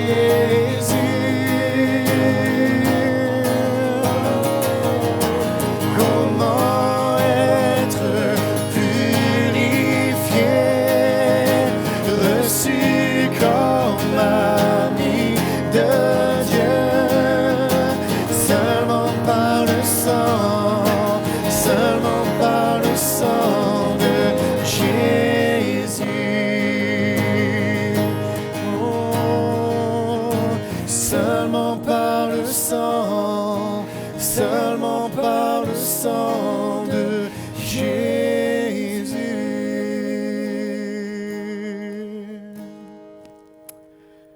Seigneur mon Dieu, je te remercie pendant ces quelques instants pour ce que tu as fait pour nous à la croix. Merci parce que par ton sang, Seigneur Jésus, nous sommes pardonnés. J'aimerais te demander, Jean, si tu peux aussi peut-être remercier Dieu pour ces éléments et prier pour ceux qui, chez eux, ont besoin de recevoir aussi le pardon en ces instants. Seigneur Jésus, c'est tellement incroyable. Ça n'a pas de sens que tu aies fait tout cela pour nous, si ce n'est que tu nous aimes et que tu voulais que ce pardon soit vrai et qu'on puisse à nouveau être des adorateurs. Nous avons été créés pour adorer Dieu, nous ne sommes pas faits pour vivre sans Dieu. Et tu as fait tout cela juste pour qu'on puisse à nouveau reconnecter avec Dieu. Je te demande maintenant, dans les maisons, Amen. pour tous ceux qui ont cette attitude-là, qui disent « Oh, j'ai besoin de recevoir ce pardon de Dieu », le pardon de Dieu vient maintenant. Et je prie maintenant, je sais, il y a des personnes qui sont envahies maintenant par l'amour de Dieu. Et à la fois, ils ont réalisé à quel point ils avaient besoin d'être pardonnés. Peut-être ils sont dans les larmes à cause de ça, mais il y a maintenant des larmes de joie qui remplissent leur cœur parce que cet amour immérité les envahit et ils en ont la conscience. Ils le réalisent maintenant. Au-delà de mots, quelque chose est en train de se passer dans les maisons. Et je te remercie, Papa, parce que tu le fais. C'est ce qui nous sauve la vie. C'est ce qui change tout. C'est ce qui nous fait rentrer dans notre appel à vivre une vie d'adorateur. Amen. Mes amis, Amen. quand cette femme est venue trouver Jésus, elle lui a demandé des codes pour adorer. Et Jésus a libéré son cœur et sa vie. Elle a dit, Jésus, t'es le sauveur du monde, t'es mon sauveur. Elle a dit, c'est où qu'il faut adorer, Seigneur? Et Jésus a dit ceci, et on va terminer sur ces mots. L'heure vient, et elle est déjà venue, où les vrais adorateurs adoreront le Père en esprit et en vérité. En fait, aujourd'hui, il n'y a plus de code. Si on reçoit ce pardon que Jésus nous a donné, eh bien, on adore en esprit et en vérité. Ça veut dire Dieu cherche un cœur sincère, un cœur vrai. Oui. Et en esprit, la Bible dit aussi, donc ceci, ça s'affiche sur les écrans, c'est dans 2 Corinthiens, chapitre 3, verset 17. Là où est l'Esprit du Seigneur, là est la liberté. Là où est l'Esprit du Seigneur, là est la liberté. Wow. Et je crois qu'il y a une grande liberté dans notre manière de pouvoir adorer Dieu aujourd'hui. Adorer Dieu, c'est pas seulement chanter. En C'est fait, vrai. c'est un tout. Jésus a déclenché en sortant l'adoration de sa boîte et en donnant sa vie sur la croix, a déclenché une possibilité d'adorer Dieu avec ce qu'on est. C'est-à-dire, tu peux donner de ton temps, tu peux donner de tes moyens pour adorer Dieu. C'est ça aussi les offrandes que Dieu nous appelle à avoir. Tu peux adorer Dieu avec tes ressources, avec ton énergie. Oui. Tu peux adorer Dieu avec tes talents. Tu peux être un adorateur plutôt discret. Tu peux être un adorateur parfois extravagant, insensé aux yeux des autres. David s'est mis un jour à danser devant l'Éternel. Ouais. Et il dansait tellement que il y a sa femme qui l'a regardé, qui l'a méprisé, qui a dit ouais, celui-là, il est devenu fou, il me met la honte, comment il adore Dieu. ouais. Mais arrêtons de juger la manière dont, la forme que les gens utilisent parfois pour adorer Dieu. Arrêtons de juger cela, parce que la femme qui a fait cela, elle est devenue stérile. Si tu juges celui qui loue Dieu en ayant un regard négatif sur lui, ta vie devient stérile, tu vas plus porter de fruits. Dieu ne nous appelle pas à juger les adorateurs, Dieu nous appelle à l'adorer, mais la forme que tu utilises, eh bien, c'est pas ça l'essentiel, ça doit correspondre aussi à notre vie, à notre identité. On peut être un adorateur imprévisible. Si un jour tu as envie de louer Dieu dans ton métro ou dans ta voiture en partant le matin, que les gens ils se disent mais tu vois, ils te regardent à côté là, ils te disent mais il est fou. Mais si dans ta voiture c'est un moment où tu es visité et que tu veux louer Dieu, l'adorer de tout ton cœur, ferme pas les yeux, garde les yeux ouverts, respecte le code de la route et les limites de vitesse, mais tu peux adorer Dieu Absolument. partout. Absolument. Parce que l'adoration elle est sortie de la boîte. Je peux adorer Dieu dans mon jardin, je peux adorer Dieu dans ma cuisine, Ouais. c'est ce qu'on a voulu aussi vous montrer, et je peux adorer Dieu dans mon salon. Partout, il n'y a plus de limite. C'est ça, être un adorateur, l'adorateur que Dieu recherche, mes amis. On va terminer sur ça et dans quelques instants, dans notre MLK+, on va avoir la joie de recevoir notre ami Thierry Noël. Il va nous Ouais. rejoindre dans la maison et on va parler ouais. aussi parfois du jugement qu'on peut porter oui. sur l'adoration des autres. C'est très important. Je crois que c'est un sujet qui est important pour l'Église et on va le recevoir dans quelques instants chez nous. Mais avant ça et en terminant, j'aimerais vous dire Dieu te cherche. Dieu Oui. recherche des adorateurs. Oui. Dieu recherche des adorateurs et peut-être tu reconnais, toi, ce matin, ou aujourd'hui, ou à l'instant où tu entends ce message, que ton adoration, elle a été détournée. Tu t'es laissé piéger par le diable, tu t'es laissé piéger par toutes sortes de choses qui sont devenues des idoles, qui ont pris la première place dans ta vie. Et si ce matin tu reconnais que Dieu n'a plus la première place, qu'il n'est plus le sujet de ton adoration, eh bien, si ton adoration a été détournée, laisse-moi te dire que c'est le moment de prendre une décision pour toi et pour ta famille. Moi, je vois des familles entières en ce moment qui retournent à Dieu pour l'adorer entièrement, lui donner la première place. Peut-être que tu veux restaurer l'autel de l'adoration Ouais. dans ta vie. Il y a tellement d'hommes qui ont restauré, qui ont bâti des autels. Établis un autel avec ce que tu es, avec ta personne. Tu montres aux gens que tu les aimes de différentes manières. Montre avec la manière que tu veux, avec laquelle tu es le plus à l'aise. Ça peut être un chant, ça peut être un temps de silence. Même le silence est louange, c'est la Bible qui le dit pour Dieu. Oui, oui, c'est Peu vrai. importe, mais rétablis un autel d'adoration dans ta vie. Réinstaure ça. C'est une décision que tu peux prendre ce matin. Et puis, j'aimerais vous dire ceci. Tu peux devenir un adorateur pour la première fois. Tu peux découvrir ce que c'est qu'être un adorateur pour la première fois. Viens à Jésus. Il t'accorde le pardon. C'est ça qui ouvre la boîte et qui te donne la possibilité de pouvoir le louer et l'adorer. Mais dès à présent, mes amis. Dès à présent. Jésus dit, l'heure vient et c'est maintenant. Et chez vous, dans vos maisons. Oui, oui. Jean, je vais te demander, tu vas prendre un temps pour... Oui. Mais chez vous, dans vos Absolument. maisons, prenons quelques instants pour nous prosterner, comme on l'a dit ce matin, devant notre roi, devant notre Dieu. On va chanter ce chant qui dit ces Jésus. paroles magnifiques et j'aimerais prier pour vous qui vous rendez compte que vous êtes prosterné parce que vous êtes un adorateur, mais vous ne l'avez pas forcément fait dans le bon sens. Et vous avez accepté ce pardon. Et Seigneur, maintenant je te prie, Seigneur, qu'il y ait des autels d'adoration qui sont rebâtis, qu'il y ait des gens Amen, là Jésus. chez eux maintenant qui commencent dans leur cœur, ou même physiquement, simplement à se prosterner devant toi en réalisant ce que c'est en train de faire. Dieu, c'est toi que je reconnais comme le Dieu de ma vie. C'est toi que je reconnais et je ne veux me prosterner devant personne d'autre, devant rien d'autre, Seigneur. Je veux vraiment qu'il y ait de mon cœur une louange, des Amen. paroles qui montent, un attachement. Et en fait, je veux te rendre la gloire qui t'appartient déjà. Pendant trop longtemps, je l'ai peut-être gardée pour moi, mais maintenant, je veux te la donner, Seigneur. Au nom de Jésus, qu'il y ait des autels, des chants d'adoration qui montent maintenant, des maisons. Amen. Amen.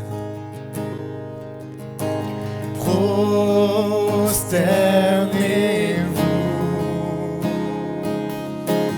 devant votre roi.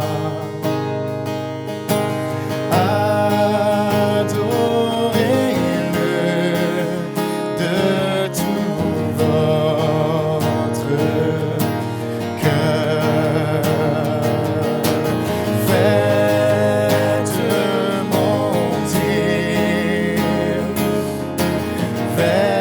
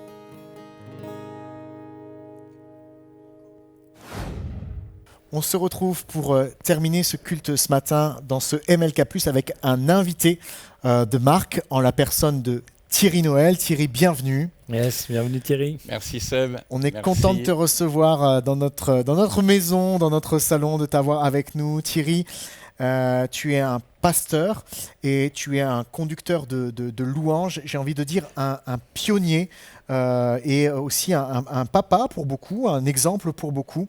Et on est content de te recevoir. Et Thierry, on va aller un petit peu plus loin aussi ce matin et partager une question peut-être encore plus concrète, parce qu'on a parlé de l'adoration et de différentes formes d'adoration. Et bien sûr, dans l'Église, aujourd'hui, dans l'Église contemporaine, il y a encore une forme d'adoration qui a sa place d'une manière permanente. C'est le chant, c'est la louange. Et parfois, on entend ceci, ça va être ma première question dans notre partage ce matin, Thierry. La louange et l'adoration est-elle en train de courir un danger et de devenir un spectacle et un divertissement? Bonne question. Et c'est vrai qu'aujourd'hui, on a beaucoup de moyens et moi, je suis très heureux qu'aujourd'hui, on ait vraiment progressé sur tous les moyens techniques. J'ai connu l'époque où vraiment on galérait et aujourd'hui, on a vraiment toutes ces possibilités. Je crois que ce qui est important, c'est de ne pas être un spectacle, justement. Ouais. Et puis de venir dans cette attitude de dire mais pourquoi je viens? Pour qui je viens surtout?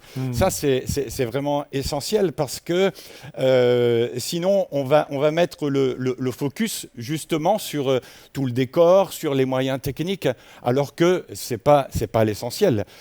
Comme tu le dis, dans le chant, dans la louange, on vient honorer, on vient célébrer, on vient rendre un culte à Dieu. Et c'est la première des choses, c'est que on vient pour lui. Après, bien sûr, tout ce qu'on va faire autour, on va le faire du mieux possible. Ouais. Et que ce soit le chant, que ce soit le décor, que ce soit les lumières, on va tout faire pour que ça soit joli.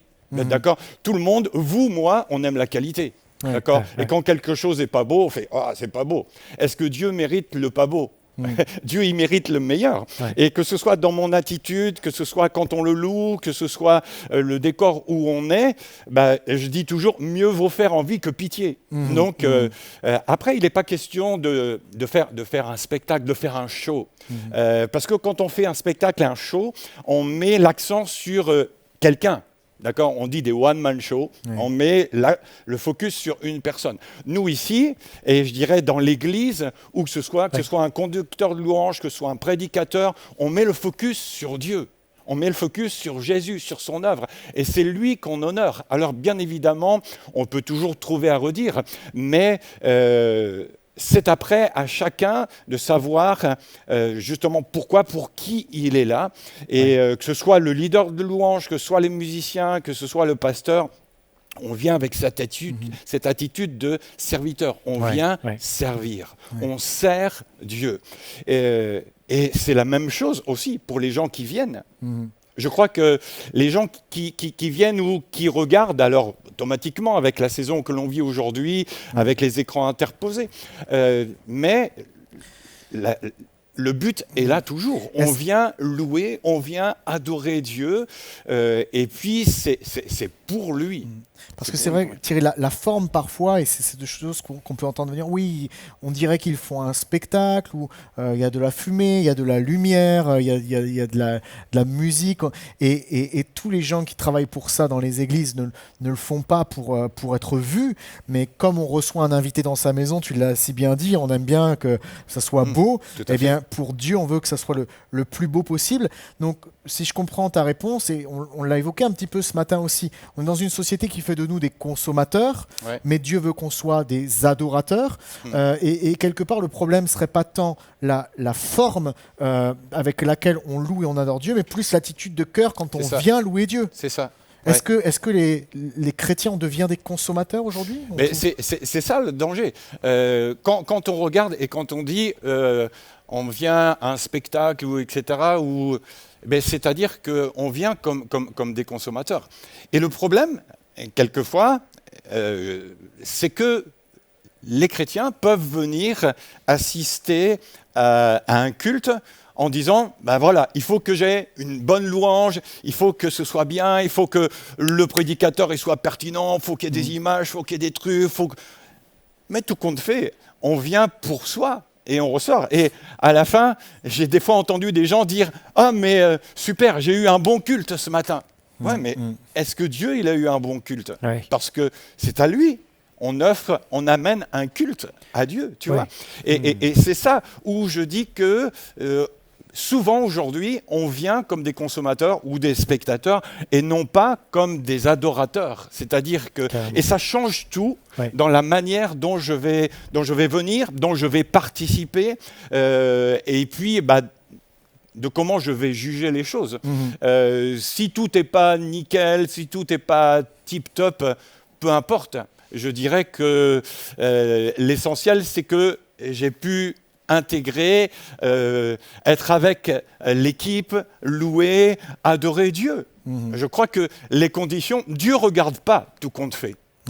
Tu le disais très bien dans ton message, Dieu il regarde au cœur et il cherche un adorateur, une adoratrice.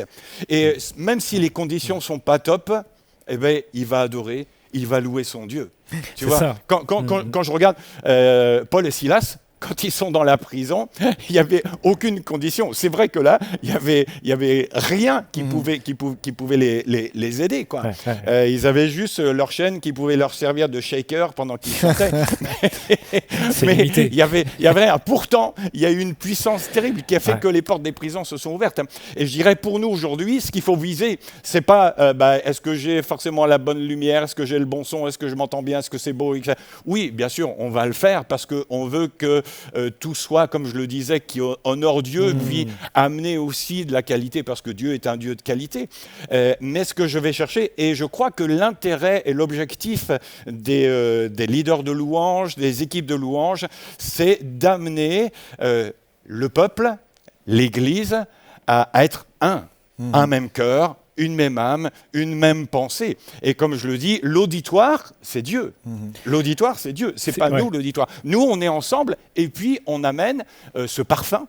Tu parlais tout à l'heure de l'adoration et puis il y a ce parfum qui s'appelle J'adore. Je ne cite pas de marque, rien, mais je dirais que c'est une belle image et que voilà, notre adoration, ça doit être un parfum qui monte pas juste le dimanche matin, mais dans notre vie de tous les jours. Je loue pas Dieu juste le dimanche matin. Ça tient à quelques lettres, hein. J'adore, moi je le cite, hein. J'adore Dior. Non, nous on adore Dieu. Et ça t'est fait exprès. Moi j'avais pas donné de marque. Je savais même pas que ça avait été fait pour ça. Mais en tout cas, nous voulons adorer notre Dieu. Quand je t'entends, Thierry, je réalise encore plus que, en fait, avoir un cœur d'adorateur, ça change notre manière de voir ce qui se passe et ça change notre manière de faire. Et on s'adresse à la fois à des chrétiens qui viennent à l'église, qui peuvent voir ou qui voient derrière leurs écrans.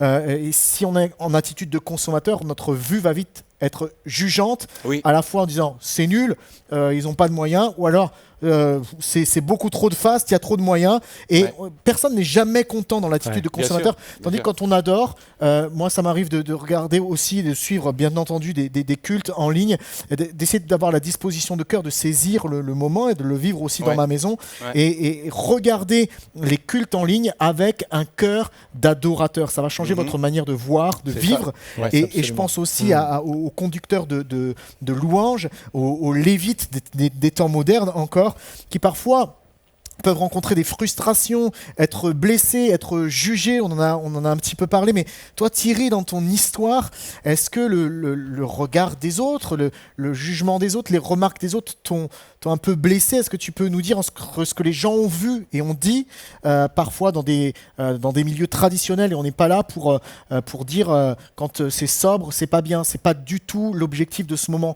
c'est un objectif d'amour afin qu'on puisse comprendre que parfois on se bat contre des faux combats, mais parfois notre jugement sur l'autre, il peut blesser, il peut avoir un impact, et il faut comprendre que Dieu veut nous monter le débat beaucoup plus haut et nous emmener plus haut. Thierry, toi dans ton histoire, comment tu as fait pour faire face parfois aux remarques, aux dispositions? Est-ce que tu as connu des choses difficiles? Oui, bien évidemment, c'est sûr, on en connaît tous, et puis je dirais que peut-être on les accumule aussi avec les années.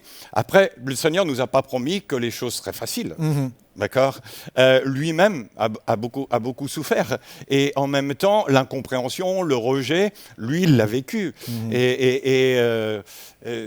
Forcément, quelquefois, les gens, ils ont juste la perception de leur côté et ils ne connaissent pas forcément ton cœur. C'est pour ça que c'est très intéressant que les gens puissent aussi te connaître, peut-être en dehors aussi du fait quand tu es sur une scène, quand tu es sur l'estrade, qu'ils connaissent ton cœur, qu'ils te voient, et puis que tu puisses en parler. Moi, j'ai discuté avec des personnes, j'ai discuté avec des pasteurs qui n'étaient pas du tout d'accord avec ce que je faisais, avec comment je faisais. Je me suis fait aligner, je me suis fait rabaisser. Bon, après, c'était leur perception des choses. Des fois, c'est juste une question de goût. D'accord. Ouais. J'ai discuté avec des personnes, ils étaient d'accord sur ce que je chantais, sur le message que j'apportais, etc. et tout. Mais ce sur quoi ils n'étaient pas d'accord, c'était le style de musique que je prenais. Bah, ça, c'est une histoire de goût. Je crois que tous les goûts sont dans la nature et dans toutes les générations, c'est sûr. Et c'est pour ça qu'il faut qu'il y ait plusieurs générations. Chaque génération s'adresse à sa génération. Et après, dans la louange, dans tout ce que l'on amène, il faut tenir compte aussi après des générations. Parce que Dieu est le Dieu d'Abraham, d'Isaac et de Jacob. Et je dis ça à l'attention, bien sûr, de toutes les équipes louanges aussi, parce qu'il faut toujours prendre en considération et on a des aînés, on a des frères, des sœurs qui sont marqués par des chants traditionnels. Pourquoi ? Parce que ça leur rappelle quelque chose qu'ils ont vécu dans leur expérience avec Dieu. Tout comme toi, comme moi, on a des chants, et je suis sûr que tout le monde en a, qui sont typiques dans notre expérience. Et puis on se rappelle que c'était tel artiste, tel groupe qui chantait ça. Et quand on le réécoute, waouh, ça fait remonter. Mais je dis aux jeunes aujourd'hui, que tu écoutes Impact, que tu écoutes Hillsong, mais quand tes gamins ils entendront ça, ils diront « Oh, mais attends, t'es un vieux », enfin, etc. et tout. Nous, c'est plus ça qu'on écoute. Chaque génération s'adresse à sa génération. Et comme je le disais, je crois qu'il faut juste être là et puis avoir le respect des uns et des autres. Et moi, dans ce qu'il y a eu, alors oui, des fois, j'ai été blessé. Mais le Seigneur m'a dit « T'inquiète pas, continue, sers ». Tu es un serviteur. Et c'est toujours cette attitude-là qui m'a amené. J'ai eu des fois, dans des rassemblements de jeunesse, j'étais lead principal. On me dit « Ok, vas-y, tu as 40 minutes pour faire la louange. » Et toi, tu y vas, tu as bossé avec toute ton équipe, tu t'es donné et tout. Puis au bout de 20 minutes, tu as quelqu'un qui arrive qui te dit « Bon, c'est bon, on passe à autre chose, etc. » et tout. Ouais, d'accord. Ok, c'est bien. Des fois, même une fois, ça m'est arrivé, j'étais prévu à la louange et puis il n'y a pas eu de louange. Et le programme a été changé. Il faut être flexible, il faut être avec cette attitude de service. Et puis, en même temps, je dis que quelquefois, tu sais, quand tu as connu, et puis que tout le monde dit « Ah ouais, c'est le leader, c'est lui, un tel, c'est machin, il est bon, il chante bien, c'est bien, j'aime bien son chant et tout. » Puis des fois, derrière, tu as le diable qui dit « T'as vu un peu, t'as de la cote, hein, t'es connu, etc. et tout. » Puis des fois, après, le Seigneur, il te ramène, et puis tu te fais un petit peu casser à droite. Le Seigneur, il te dit « C'est bon. » C'est pour ton humilité aussi. Et ça marche. Et je crois qu'il ne faut pas s'arrêter à ces choses-là. Parce que si Jésus s'était arrêté au premier problème, il ne serait pas allé jusqu'à la croix. Il est allé jusqu'au bout. Et tu citais tout à l'heure le cas d'Abraham. Et moi-même, j'ai prêché ça aussi. C'est vraiment un exemple pour moi d'adoration extravagante. Parce que tout ce qu'il a de plus cher, la promesse, la bénédiction que Dieu lui donne, Dieu lui redemande, est-ce que tu es capable ? Waouh! Et je dis que pour nous, Dieu nous appelle à donner aussi le meilleur. Et tout ce que nous avons, ça nous vient de lui. Moi, je le dis aussi, et tu l'as dit tout à l'heure, Dieu n'est pas impressionné par les talents, parce que c'est lui qui donne les talents. Par contre, il est impressionné par l'attitude de notre cœur. Et que l'on soit sur scène, que l'on soit dans un auditoire, ce que Dieu regarde, ça va être ton cœur. Ça va être comment toi tu viens, comment tu perçois. Est-ce que tu juges celui ou celle qui est en train de chanter ou qui est là, ou le prédicateur, ou le décor, ou « Oh, il y a trop de lumière, oh, il n'y a pas, etc. » et tout. Est-ce qu'il y a de la fumée ? Pour moi, il n'y a pas de fumée. S'il y a le fumée, c'est qu'il y a un incendie et puis on part tous. Il faut comprendre. Après, des fois, c'est que les gens ils comprennent pas le côté technique des choses. C'est que juste la vapeur, enfin ce qu'on appelle la fumée, comme ça, elle sert juste à faire ressortir la lumière.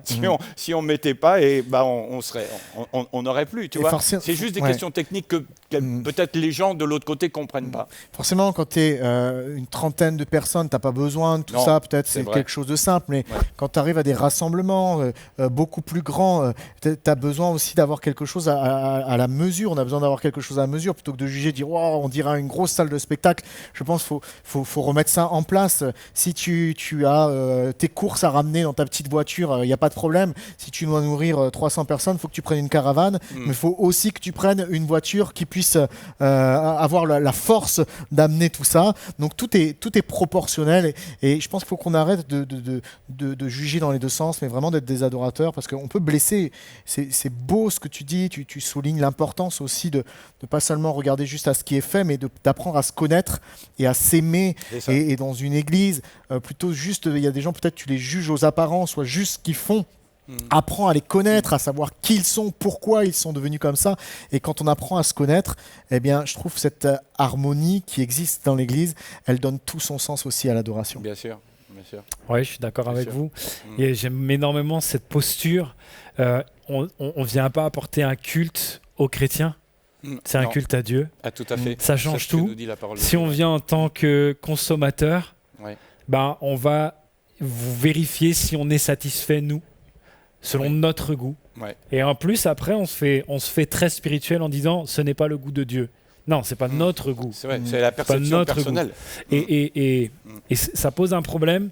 Moi, j'ai entendu des fois vraiment quelque chose qui était bon avec la présence de Dieu, mais qui touchait certaines personnes parce que c'était un chant qui était plus pour les jeunes, par exemple, plus générationnel. J'ai entendu des pasteurs qui, par ailleurs, étaient vraiment remplis du Saint-Esprit, qui étaient vraiment des hommes de Dieu, mais être rebutés juste parce que le style était différent et dire il n'y a pas l'onction.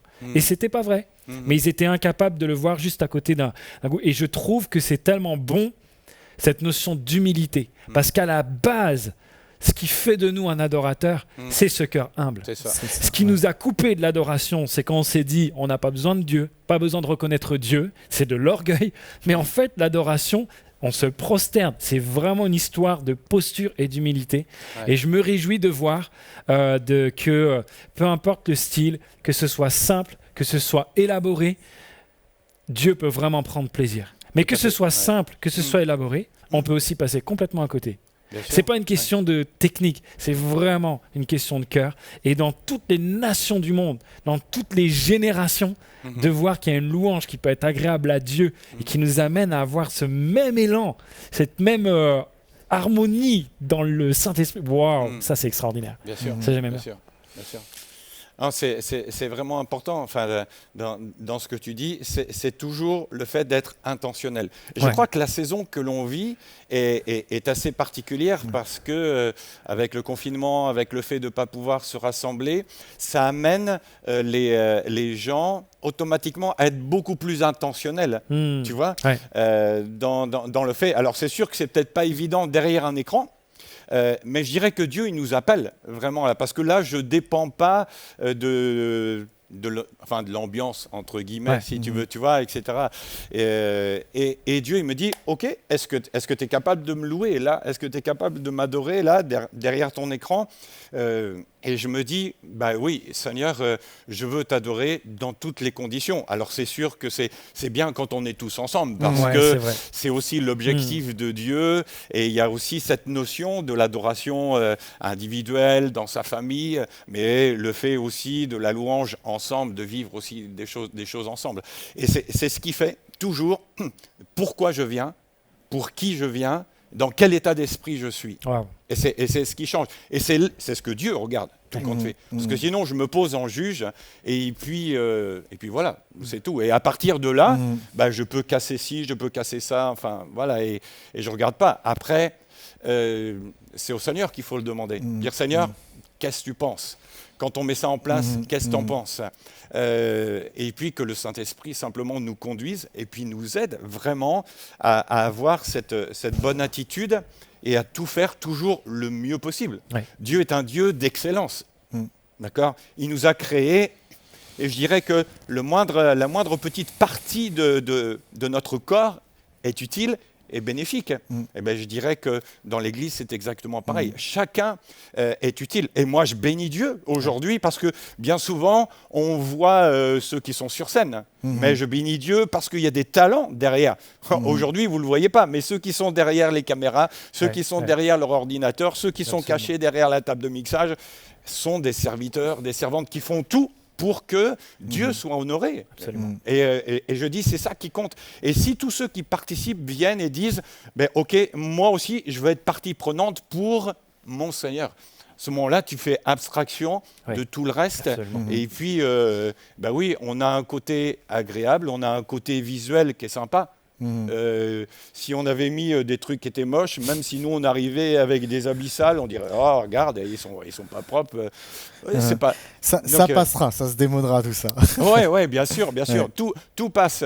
Mais ouais, ça me paraît vraiment important en même temps d'être là et puis d'honorer notre Seigneur du mieux possible avec les moyens que l'on a. Bien sûr, faut pas viser et essayer de copier. Je crois qu'il faut faire dans la saison où on est, avec les moyens que l'on a, en faisant des progrès, bien évidemment, puis aussi en se mettant à la portée aussi de la génération ou des temps dans lesquels on est. D'accord ? Je dirais que, pour reprendre un petit peu les lumières, la fumée, le son, etc. et tout, on l'utilise aujourd'hui. Bien sûr, il y a 100 ans, on n'utilisait pas ça parce qu'il n'y avait pas les moyens. Mais il y a 100 ans, il n'y avait pas de portable. Il n'y avait même pas de téléphone. Il y a 100 ans, dans les églises, il y avait aussi des jeux de lumière avec les vitraux et toutes ces choses-là. Donc en fait, c'est vraiment juste simplement la forme qui change. Mais Dieu nous appelle vraiment à garder le fond. Merci Thierry d'avoir partagé avec plaisir. Toutes ces choses. On pourrait parler toute la journée. On pourrait encore parler, mais on va faire mieux que parler.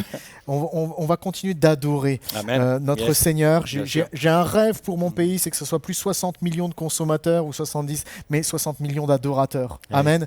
Et notre pays changerait tellement, notre nation elle changerait tellement. Et on croit au rêve. On croit au rêve. C'est le rêve de Dieu aussi. Comment on peut faire pour qu'il y ait plus de gens qui puissent connaître Jésus ?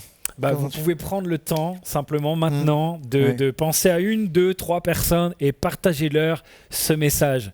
Si vous pensez que ça peut les bénir et les faire avancer pour qu'ils deviennent un adorateur, faites-le maintenant, partagez le message maintenant. Partagez le message. Vous avez aussi la possibilité de partager des témoignages en envoyant les témoignages, vos expériences de vie sur l'adresse qui s'affiche sur les écrans. Témoignages avec un S, @églisemlk.fr. Chaque semaine, nous recevons des témoignages puissants de ce que Dieu fait à travers ces cultes que nous partageons dans vos maisons. Et Dieu ne dépend vraiment pas des kilomètres, parfois jusqu'à l'autre bout du monde. On reçoit des choses extraordinaires. Donc, n'hésitez pas. Même un témoignage qui peut vous paraître tout simple, eh bien, envoyez-le, ça encourage tous ceux qui travaillent pour cela. Également, vous dire qu'il y a une adresse sur laquelle vous pouvez faire des demandes de prière, prière@églisemlk.fr, et également on a une ligne de prière qui est ouverte jusqu'à 14h aujourd'hui, où ici l'équipe pastorale en direct peut répondre à vos appels, peut prier avec vous, partager donc cette ligne de prière. Le numéro s'affiche sur vos écrans, elle est disponible jusqu'à 14h. Vous le savez, et on va bientôt terminer ce moment. Merci d'avoir été avec nous, mais vous pouvez aussi soutenir le travail qui est fait. Il y a un site internet jeveuxdonner.fr où vous pouvez soutenir l'Église, apporter votre offrande et votre soutien pour tout ce qui est fait. Et également, vous pouvez devenir partenaire particulier, parce que ce que nous vivons là en ce moment, nous pouvons le faire parce qu'il y a un soutien. Et une des formes d'adoration aussi, on n'en a pas vraiment beaucoup parlé, mais c'est aussi notre offrande. Peut-être on peut donner une part de ce qu'on a, et vous pouvez devenir nos partenaires. Tout est dit dans la vidéo qui va suivre. En tout cas, je vous souhaite un excellent dimanche. Merci d'avoir été avec nous. Merci Thierry. Merci Jean. Merci Jean. Et par-dessus tout, comme des adorateurs reconnaissants, nous remercions notre Dieu pour son amour et sa bonté pour nous. À très vite. Cher ami, depuis le mois de mars, l'Église MLK a mobilisé tous ses moyens humains, techniques et financiers pour vous offrir chez vous des messages et des émissions de qualité.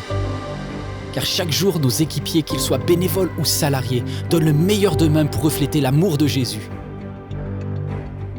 La mission que Dieu a confiée à l'Église MLK consiste à communiquer son amour à vos enfants, à vos ados, à vos amis, à vos proches, à tous ceux qui décrochent de nos églises plus traditionnelles.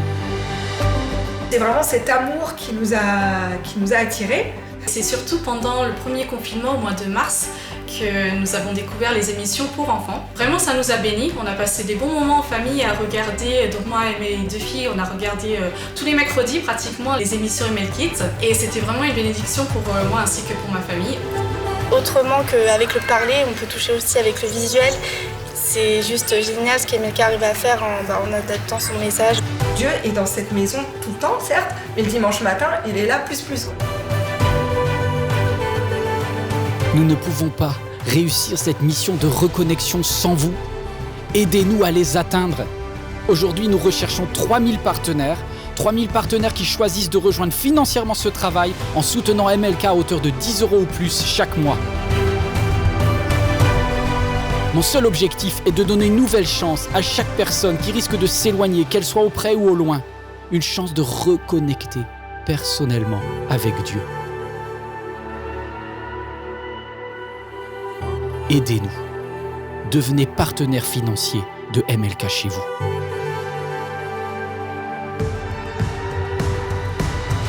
La production MLK a besoin de fonds. Voilà, je me dis pourquoi pas semer, parce qu'on a été bénis. Devenir partenaire pour moi, c'est faire ma part pour que ça bénisse d'autres personnes qui, à un moment donné, auraient peut-être aussi besoin de ce message, de ces messages, à tout moment. Ça me paraît naturel d'aider cette Église à continuer à diffuser les messages et à étendre le royaume de Dieu.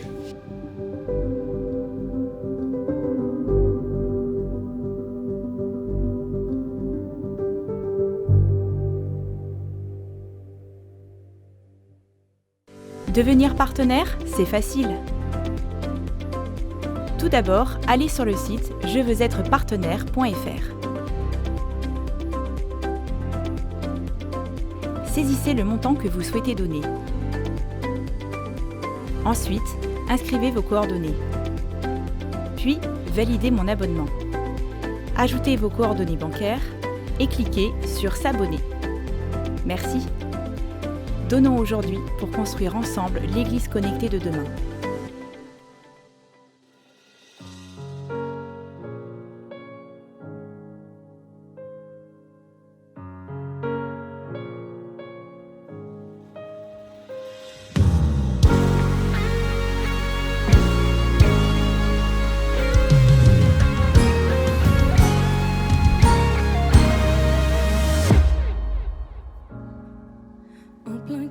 De la nuit,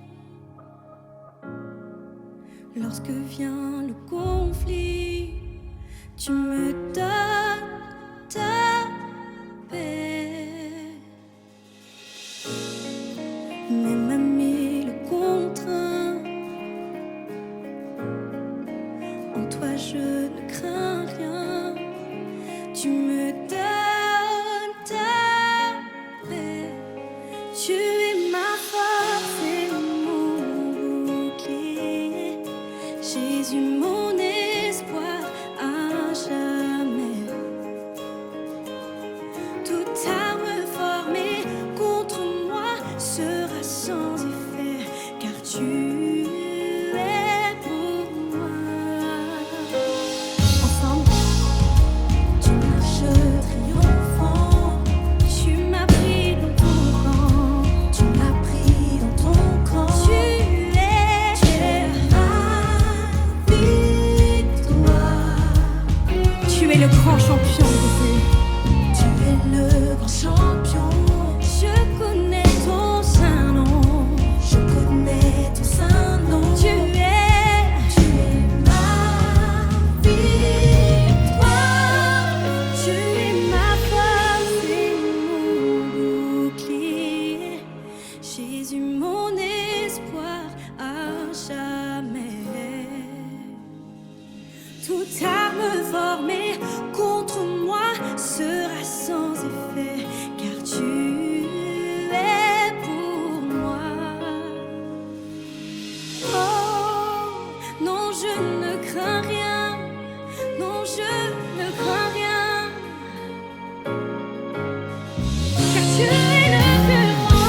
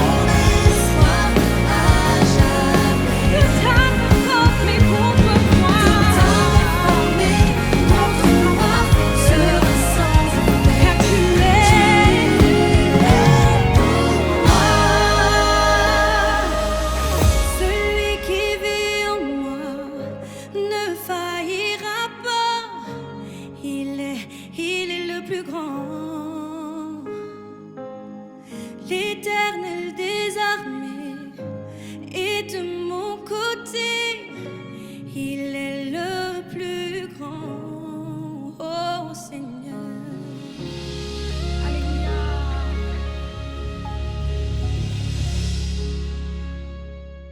Cette vidéo t'a parlé ? Clique sur j'aime. N'oublie pas également de t'abonner et de déclencher les notifications. Si cette vidéo t'a touché, elle peut aussi faire du bien à ceux qui t'entourent. Prends 5 minutes pour la partager à un proche ou à un ami qui en aurait besoin.